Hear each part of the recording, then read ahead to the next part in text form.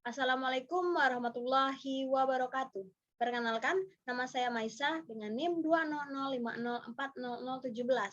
Saya adalah salah satu mahasiswa dari program studi Ilmu Hukum Universitas Maritim Raja Ali Haji.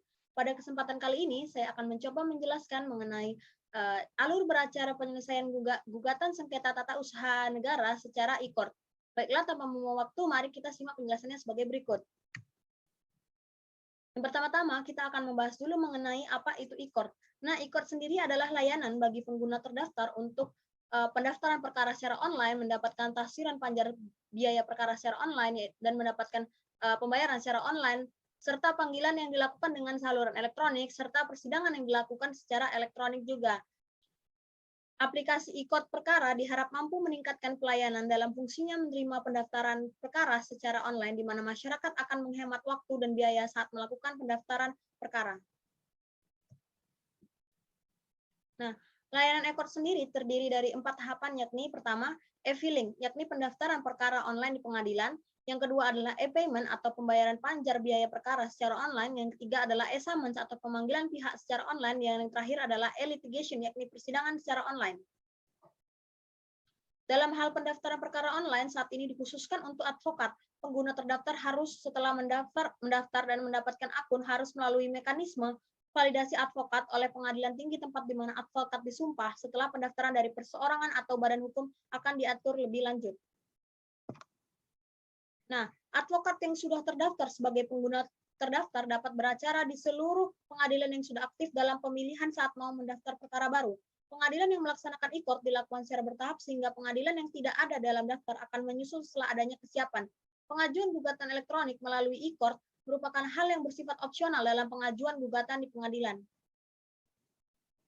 Selanjutnya, saya akan menjelaskan secara singkat pendaftaran perkara online. Yang pertama adalah akan dilakukan pendaftaran perkara atau e-filing.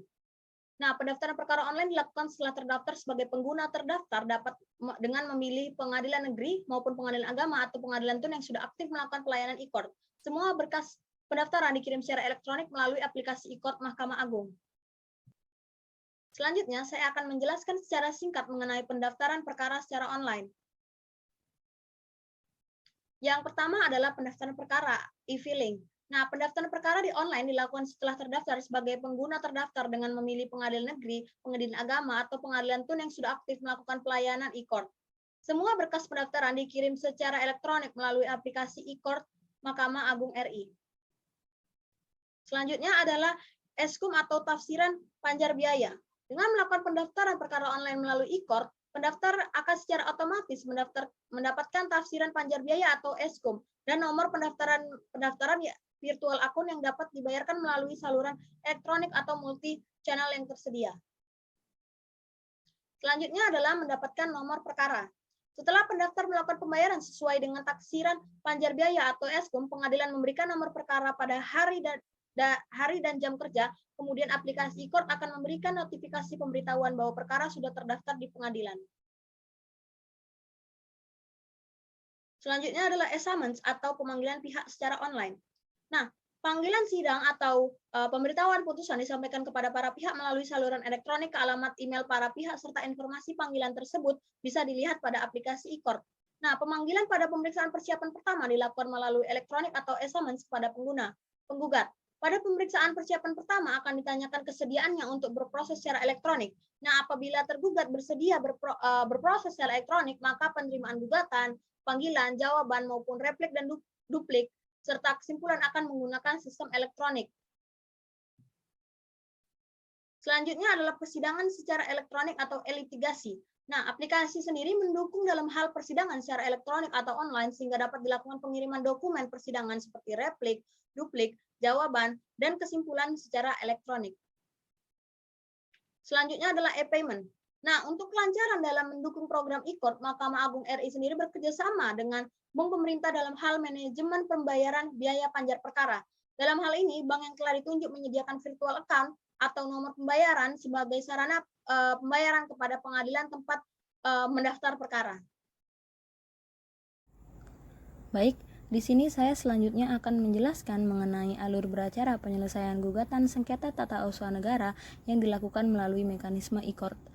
Nah, alur beracara penyelesaian gugatan sengketa tata usaha negara yang dilakukan melalui mekanisme e-court ini sendiri diatur di dalam Undang-Undang Nomor 5 Tahun 1986 Junto Undang-Undang Nomor 9 Tahun 2009 tentang Junto Undang-Undang Nomor 51 Tahun 2009, serta diatur pula di dalam Perma Nomor 3 Tahun 2018 tentang administrasi perkara di pengadilan secara elektronik, dan yang terakhir adalah Perma Nomor 1 Tahun 2019 tentang administrasi dan persidangan perkara di pengadilan secara elektronik. Nah, yang pertama adalah berkas gugatan disampaikan melalui aplikasi e-court yang akan dilanjutkan ke pengadilan tun yang berwenang. Selanjutnya, staf kepanitraan pengadilan tun akan membuat resume gugatan sebelum menyampaikannya kepada ketua pengadilan.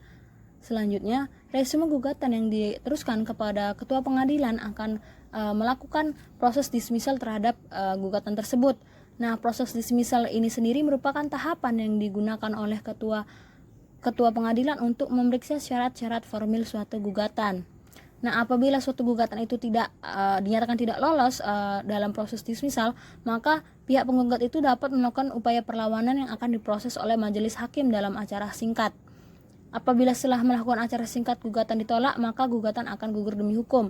Sementara itu, apabila gugatan dikabulkan, maka selanjutnya dapat dilaksanakan acara biasa yang dipimpin oleh majelis hakim, yang selanjutnya akan melakukan pemeriksaan persiapan secara konvensional. Menurut Perma Nomor 1 Tahun 2019 dan KMA Nomor 129 Tahun 2019 memberikan penjelasan bahwa dalam pemeriksaan persiapan dilakukan secara manual.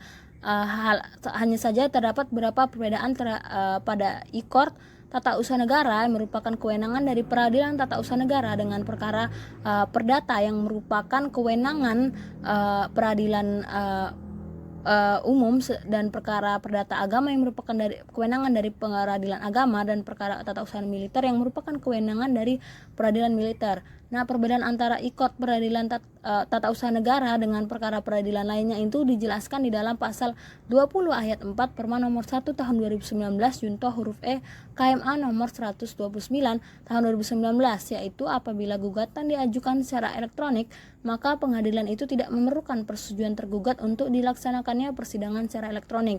Sementara dalam peradilan umum, peradilan agama, dan pengadilan militer itu harus melalui persetujuan para pihak apabila ingin dilaksanakannya persidangan secara elektronik. Nah, alasan adanya perbedaan tersebut adalah terlihat dari salah satu urgensi dilaksanakannya pemeriksaan persiapan, yaitu penyimbangan kekuasaan dan wewenang yang sangat berbeda antara penggugat selaku masyarakat dan tergugat selaku pejabat tata usaha negara dalam rangka melindungi hak penggugat, sehingga peraturan tersebut dicantumkan ke dalam suatu peraturan. Nah, selanjutnya akan dilakukan pemanggilan para pihak ketika sudah mendapatkan nomor perkara.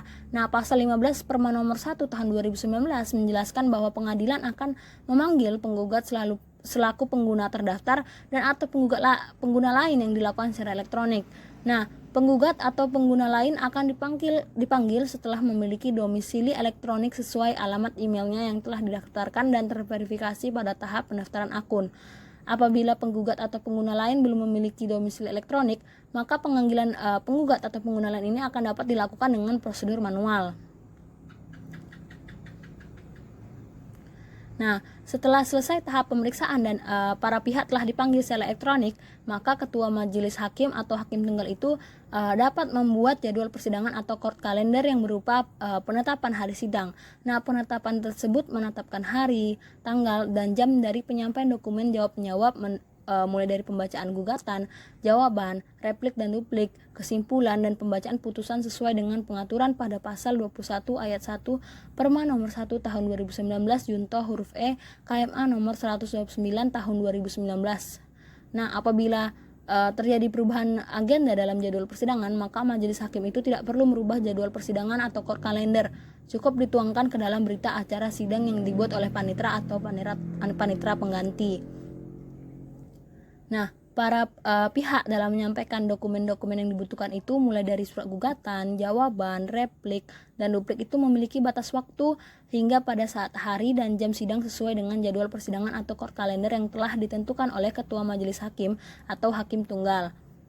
Nah, tahap jawab-menjawab sesuai dengan ketentuan Perma nomor 1 tahun 2019 pasal 22 dimulai dari pembacaan gugatan, jawaban, replik hingga duplik. Nah, pada peradilan elektronik, dokumen-dokumen gugatan, jawaban, replik, dan duplik itu disampaikan secara elektronik melalui sistem informasi pengadilan. Sementara dokumen gugatan yang telah diunduh oleh penggugat itu harus diverifikasi terlebih dahulu oleh majelis hakim. Jawaban yang dilakukan oleh tergugat disampaikan kepada aplikasi e-court pada jadwal yang sudah ditetapkan. Nah, penyampaian jawaban oleh tergugat sendiri harus disertai dengan bukti awal berupa surat elektronik paling lambat pada hari dan jam sidang yang telah ditetapkan oleh ketua majelis hakim. Majelis hakim ini akan melakukan verifikasi terhadap jawaban yang disampaikan oleh tergugat yang selanjutnya akan diteruskan ke sistem informasi pengadilan. Nah, pembuktian di peradilan elektronik sendiri diatur di dalam Perma nomor 1 tahun 2011 dan KMA nomor 129 tahun 2019 yang dimana dilakukan secara elektronik, yang artinya tidak semua pembuktian itu dilakukan secara elektronik. Nah, pasal 25 Perma nomor 1 tahun 2019 menyatakan bahwa pembuktian persidangan secara elektronik bisa dilaksanakan sesuai dengan hukum acara yang berlaku, yakni artinya asas, jenis, dan prosedur yang dilakukan itu sesuai dengan Undang-Undang Peradilan Tata Usaha Negara. Nah, pembuktian saksi atau ahli dalam persidangan elektronik ini diatur di dalam ketentuan pasal 24 Perma nomor 1 tahun 2019 junto huruf E KMA nomor 129 tahun 2019, di mana pembuktian saksi dan atau ahli secara elektronik itu dapat dilakukan secara jarak jauh melalui media komunikasi audiovisual, sehingga para pihak itu dapat saling melihat dan mendengar keterangan dari saksi dan pengetahuan dari ahli secara langsung. Nah, pembuktian saksi dan ahli dalam persidangan elektronik dilakukan dalam infrastruktur pada pengadilan, di mana saksi dalam memberikan keterangan dan ahli memberikan pengetahuan harus berada di bawah sumpah di hadapan majelis hakim dan panitera pengganti yang ditunjuk oleh pengadilan, sehingga ini menimbulkan suatu masalah gitu di dalam peradilan elektronik karena adanya pengambilan sumpah terhadap saksi dan ahli yang dilakukan secara konvensional. Nah, setelah tahap pembuktian, tahap yang dilakukan selanjutnya adalah tahap penyampaian kesimpulan. Nah, ketentuan mengenai dokumen kesimpulan secara elektronik itu tidak memiliki perbedaan dengan kesimpulan dilakukan secara konvensional. Hanya saja itu berbeda dalam penyampaian kesimpulan, di mana para pihak itu memiliki hak untuk menyampaikan kesimpulan secara elektronik ke dalam sistem informasi pengadilan. Nah, batas waktu para pihak menyampaikan kesimpulan ini sendiri adalah pada saat jadwal sidang telah ditentukan hari dan jamnya, dan selanjutnya akan dilakukan verifikasi oleh majelis hakim terhadap kesimpulan tersebut. Nah, akhirnya adalah pembacaan putusan oleh majelis hakim yang merupakan tahap akhir dari suatu persidangan. Ketentuan mengenai putusan yang dilakukan oleh majelis hakim secara elektronik ini sama dengan konvensional, di mana putusan yang diambil oleh majelis hakim ini dapat berupa gugatan ditolak maupun gugatan dikabulkan, atau gugatan yang tidak diterima ataupun gugatan gugur. Nah, selanjutnya putusan yang diterima ini akan berkekuatan, yang diterima para pihak ini akan berkekuatan hukum tetap yang selanjutnya dapat dilakukan eksekusi terhadap putusan tersebut. Nah, apabila pihak-pihak terkait itu tidak puas terhadap putusan yang belum berkekuatan hukum tetap, itu dapat melakukan upaya hukum. Nah, upaya di sini antara lain adalah upaya hukum banding yang diajukan ke Pengadilan Tinggi Tun, ada pula kasasi yang diajukan ke Mahkamah Agung, ada sementara sampai peninjauan kembali atau PK yang merupakan salah satu upaya hukum luar biasa.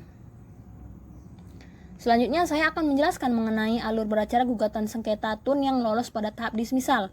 Nah, gugatan yang lolos pada tahap dismisal ini dapat ditempuh melalui dua cara, yaitu dengan acara biasa maupun acara cepat, yang dimana acara biasa itu dipimpin oleh majelis hakim dan acara cepat itu dipimpin oleh hakim tunggal. Nah, Pasal 98 junto pasal 99 Undang-Undang PTUN mengatur mengenai pemeriksaan dengan acara cepat, di mana pemeriksaan perkara dengan acara cepat itu dilakukan di Pengadilan Tata Usaha Negara dengan sebab adanya kepentingan penggugat yang cukup mendesak. Nah, sebab tersebut itu harus disimpulkan dari alasan-alasan permohonan yang terdapat di dalam gugatan yang diajukan oleh penggugat. Nah, ketentuan ini memberikan subjektivitas kepada penggugat dan pengadilan mengenai kriteria sesuatu hal yang dikatakan sebagai suatu hal yang cukup mendesak. Nah, ketua pengadilan dalam 14 hari harus wajib mengeluarkan penetapan dari permohonan yang dimohon oleh penggugat dan tidak dimungkinkannya adanya upaya hukum baik banding atau kasasi terhadap permohonan tersebut. Nah, pemeriksaan perkara dengan acara cepat ini dilakukan dengan hakim tunggal dan bukan berbentuk majelis hakim. Nah, ketua pengadilan dalam waktu 7 hari setelah dikeluarkannya penetapan permohonan menentukan hari, tempat, dan waktu sidang tanpa adanya pemeriksaan persiapan. Langsung saja, maka itu akan langsung saja diproses ke persidangan, jawab menjawab, pembuktian, kesimpulan, dan putusan gitu. Nah, penggugat dan tergugat selanjutnya diberi waktu 14 hari dalam memberikan jawaban dan pembuktian. Nah, sementara yang menempuh acara biasa yang dipimpin oleh majelis hakim ini sama dengan gugatan yang tidak lolos proses misal, di mana acara biasa ini dilakukan pemeriksaan persiapan secara konvensional. Dan selanjutnya akan diproses sama halnya seperti proses gugatan yang telah saya jelaskan di awal tadi. Nah, itu saja penjelasan yang dapat saya sampaikan mengenai alur beracara penyelesaian gugatan sengketa tata usaha negara secara e-court ini. Baiklah, itu saja yang dapat saya sampaikan. Terlebih terkurang mohon dimaafkan. Wabillahi taufiq wal hidayah. Wassalamualaikum warahmatullahi wabarakatuh.